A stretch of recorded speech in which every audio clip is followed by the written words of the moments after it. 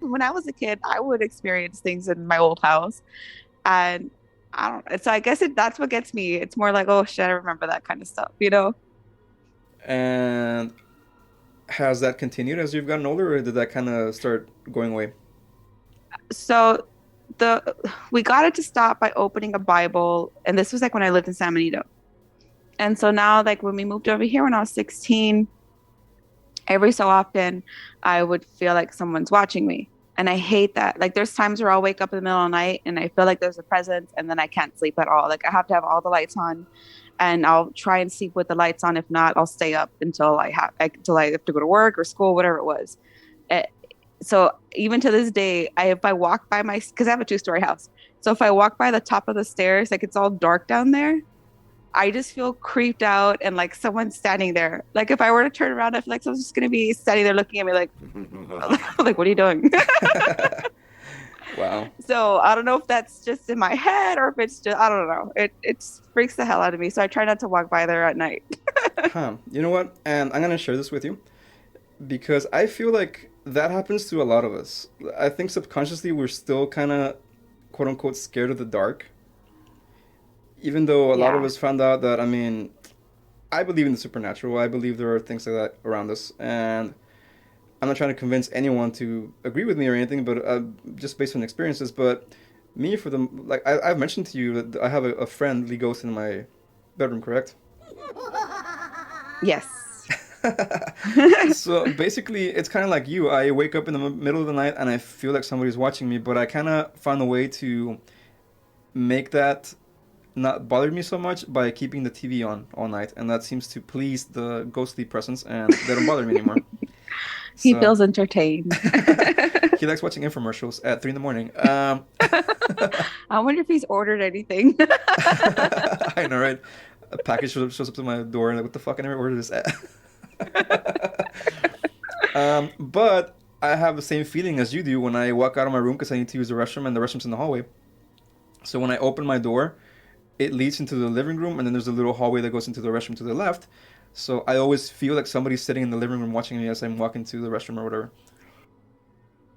I think it's like the fear of the unknown in the dark. Like, I don't play. But when I sleep, my room has to be pitch black, which doesn't help when my anxiety triggers the is someone watching me thing. So it's a vicious cycle with me.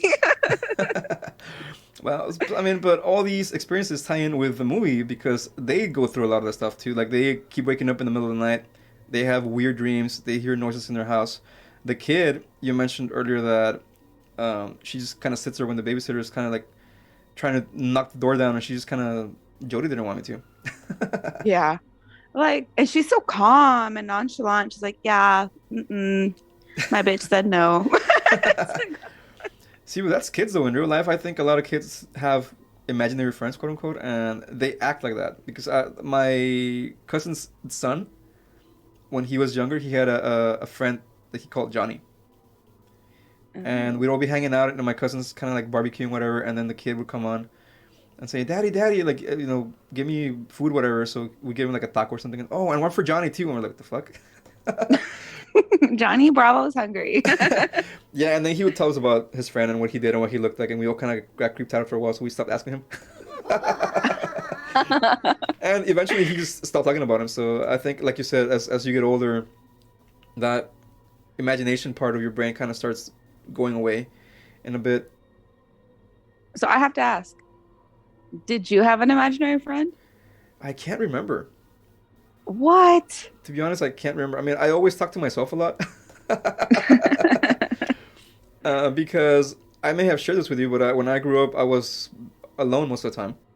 Yeah. My brothers were quite a bit older than me, and my parents were never home because they were working. So I was left with my mom's sister when I was younger, and then eventually I moved to my dad's sister's house across the border.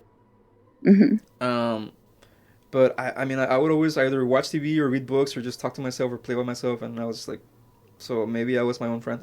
I don't know. I had two. Yeah. Their names were Buka and Bookchain. Don't ask me how I came up with those names, but that's those were their names.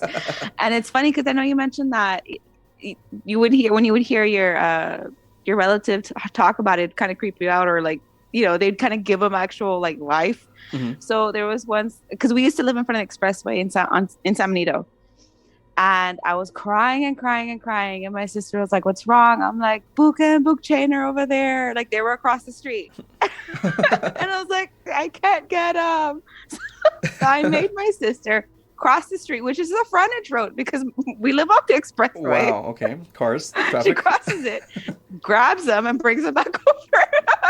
Okay. But she's grabbing thin air, right? I mean. Of course she is. But to me, it was like, oh my God, they're back. Why they couldn't walk, I don't know. How old were you when this happened? Do you remember? I know it started when my parents divorced. So I was like 3 or 5. And it went on until maybe I was like 7 or 8, I want to say. So yeah, That's very interesting. Maybe they're afraid of traffic. maybe they Of were. high Or maybe traffic. it was like Frogger. They didn't want to get hit by a car. But I sent my sister out there. Oh my God. Wow. Your poor sister almost. Well, I don't know. That's intense. But yeah, I mean, ghostly appearances and stuff like that. And, well, this all connects with the movie. Yes. Well, I'm probably going to use this for the extras for YouTube, so it's okay. Okay. We can always cut stuff out that pertains to the episode, and then it's like really. Anyways, you see, I think you understand what I'm trying to say. Yes.